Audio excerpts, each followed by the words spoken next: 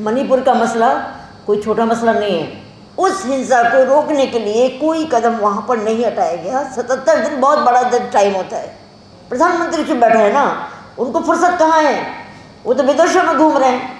तो क्योंकि वो नहीं बोल रहे हैं, इसलिए कोई सरकारी संस्था ने कुछ भी कदम नहीं उठाया, कोई सरकारी संस्था ने संज्ञान नहीं लिया, चाहे वो यहाँ के हों चाहे वो मणिपुर के हों।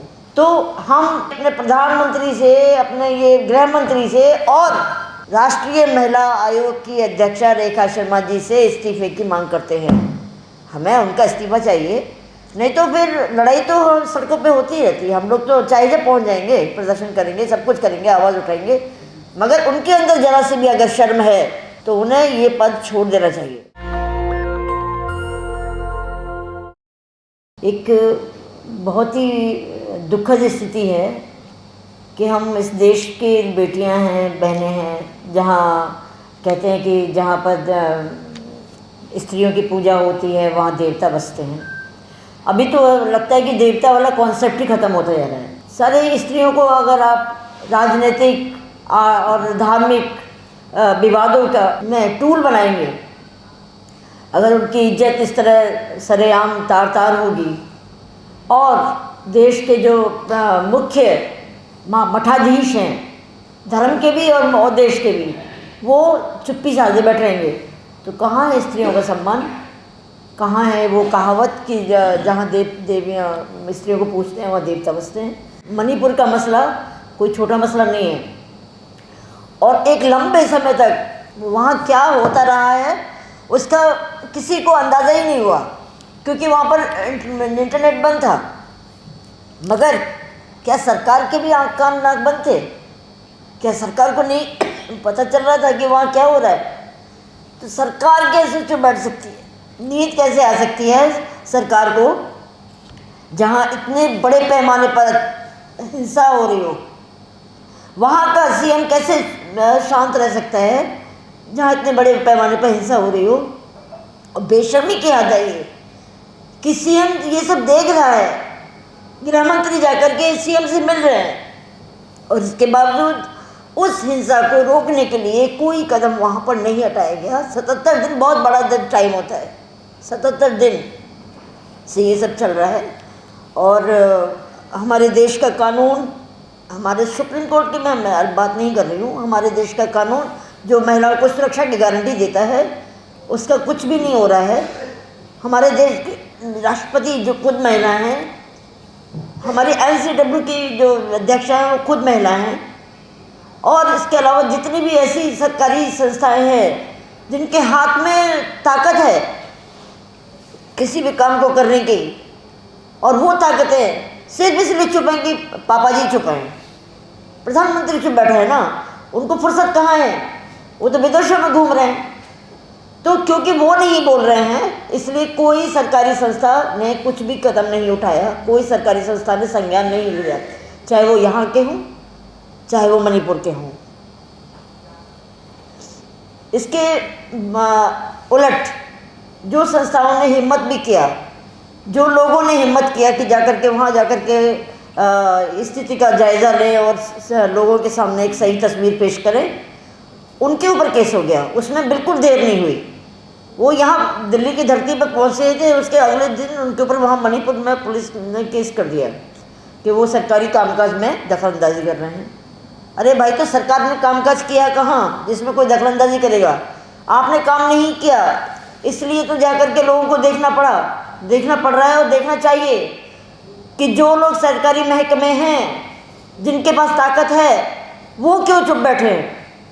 तो फैक्ट फाइंडिंग टीम के ऊपर केस किया गया इसके, और जिनकी ये जिम्मेदारी बनती है वो शांत बैठे हैं।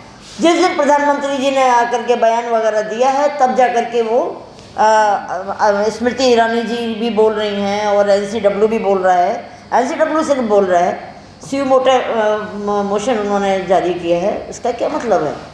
उन्होंने क्यों नहीं सोचा कि जाकर के सीधे सीएम के ऊपर कार्रवाई करी जाए कि भाई आपके होते हुए ये सब कैसे हो रहा है, कैसे इतनी महिलाएं प्रताड़ित हो रही हैं, कैसे ये चर्च जल रहे हैं, कैसे सारा मणिपुर जो है, जो कि एक खुशहाल प्यारा सा प्रकृति की गोद में रहने वाला एक जगह है, वो कैसे जल रहा है, नहीं पूछा।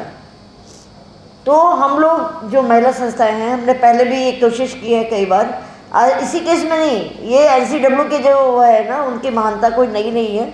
इससे पहले भी ऋतु यहाँ बैठी हैं, हम लोगों ने रेसलर्स के मामले में भी उनको ज्ञापन देने की कोशिश की, और हमने उन्हें बताया, खुद जाते समय बताया कि भाई उनके OSD को कि हम आ रहे हैं, लेकिन उन्होंने हमारे जाने से 5 मिनट पहले निकल गए। इसका क्या मतलब है? इसका मतलब यह है कि उन्हें नहीं सुनना है कि देश में क्या हो रहा है, उन्हें नहीं सुनना है कि महिला संस्थाएं इसके बारे में क्या सोच रही हैं, उन्हें नहीं सुनना है कि उनकी जिम्मेदारी बनती है कि देश की महिलाओं की सुरक्षा के बारे में कदम उठाएं। जो लोग देश की महिलाओं की सुरक्षा के तोड़ रहे हैं, उन पर हिंसा कर रहे हैं, उनके खिलाफ कदम उठाएं, ये उनकी जिम्मेदारी बनती है। तो सेम उन्होंने इस बार भी किया।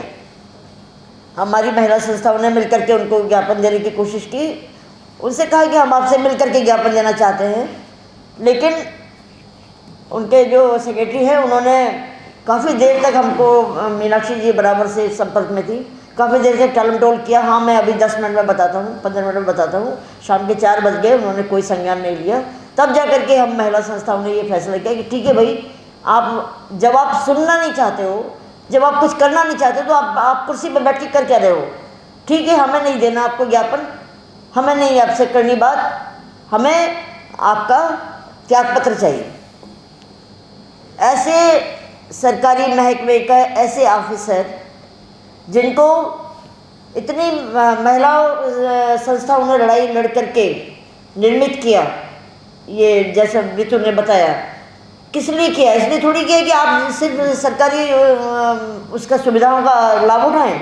इसलिए किया है कि जहाँ भी कहीं महिलाओं के ऊपर अत्याचार होता है, जहाँ भी कोई ऐसी चीज़ सामने आती है जिसमें महिलाएं पीड़ित हो रही हैं, आपका काम है कि आप उस पर संज्ञान लें और एक्शन लें।